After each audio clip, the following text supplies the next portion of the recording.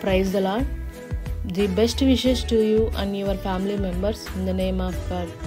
దేవునికి మహిమ కలుగునుగాక. దేవుని నామము పేరిట మీకును మీ కుటుంబ సభ్యులందరికీ శుభాభివందనములు. టుడే గాడ్ ప్రామిస్, ఈరోజు దేవుని వాగ్దానము, I will carry and will deliver you. Isaiah 46 chapter 4 versus. నిన్ను ఎత్తుకొనుచు రక్షించువాడను నేనే. యెషయా గ్రంథము 46 అధ్యాయము 2వ వచనము. ప్రియమైన సహోదరి సహోదరులారా, ఈరోజు ఈ వాగ్దానం ద్వారా దేవుడు మనతో చెప్తున్న మాట, దేవుడు యాకోబు గారి విషయంలో ఎలాగైతే యాకోబు సంతానంగా ఉన్న మనం అందరినీ దేవుడు తల్లి గర్భంలో రూపింపక ముందే మనల్ని నిర్మించుకున్నాడు, మనల్ని సృష్టించాడు. మనకి సహాయం చేసే యెహోవాగా మనకున్నాడు. దేవుడు అంటున్నాడు, భయపడొద్దు, నేనున్నాను. నేను నీ యొక్క ప్రతి బాధలన్నిటిలో నుంచి నేను రక్షిస్తాను. నువ్వు ఎప్పుడైతే నీ బాధలో నాకు మొరపెడతావో అప్పుడు నేను నీ యొద్దకి వచ్చి నిన్ను రక్షిస్తాను. నీ బాధలన్నిటిలో నుంచి నీకు విడుదలనిస్తాను.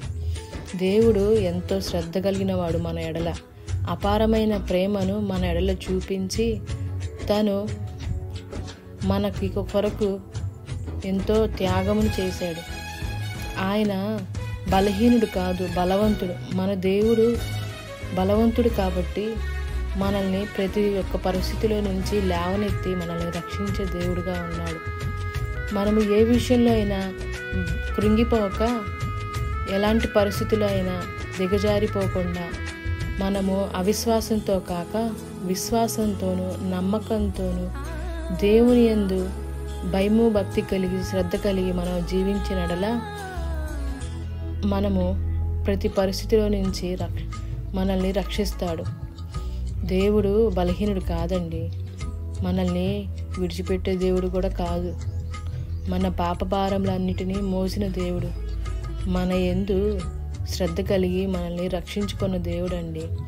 కాబట్టి మన దేవుణ్ణి ఎప్పుడు ఎక్కడ ఏ విషయంలోనూ విస్మరించక ఆయన్ని మనము ఎంతో శ్రద్ధాశక్తులతో మనము మన దైనందిన జీవితంలో ప్రతి విషయంలో ప్రధానముగా చేసుకొని ఆయన సన్నిధిలో మొరపెట్టి మన యొక్క బాధలన్నిటిలో నుంచి విడిపించే మన బలవంతుడు ఉన్నాడని మనము గుర్తెరిగి, మనల్ని పోషించేవాడు, మనల్ని విడవక ఎత్తుకొనుచు రక్షించువాడే దేవుడు మన యేసుక్రీస్తు అని గుర్తెరిగి మనమందరము ఆయన యొక్క కృపా సన్నిధికి వెళదాం.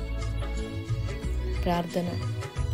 పరిశుద్ధుడా, ప్రేమ కలిగిన మా తండ్రి, మమ్మల్ని రక్షించుటకు తండ్రి నీ కుమారుని మా కొరకు పంపిన దేవా, నిన్నకి ఎన్నో వందనములు, స్తోత్రములు. ఈరోజు ఈ వాగ్దానం ద్వారా మాతో మాట్లాడినందుకు వందనములు.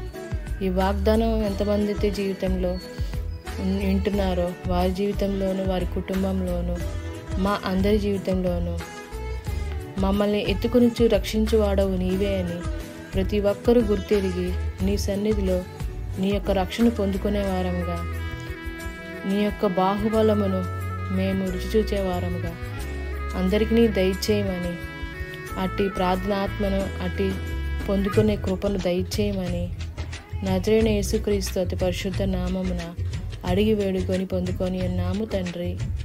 ఆమేన్.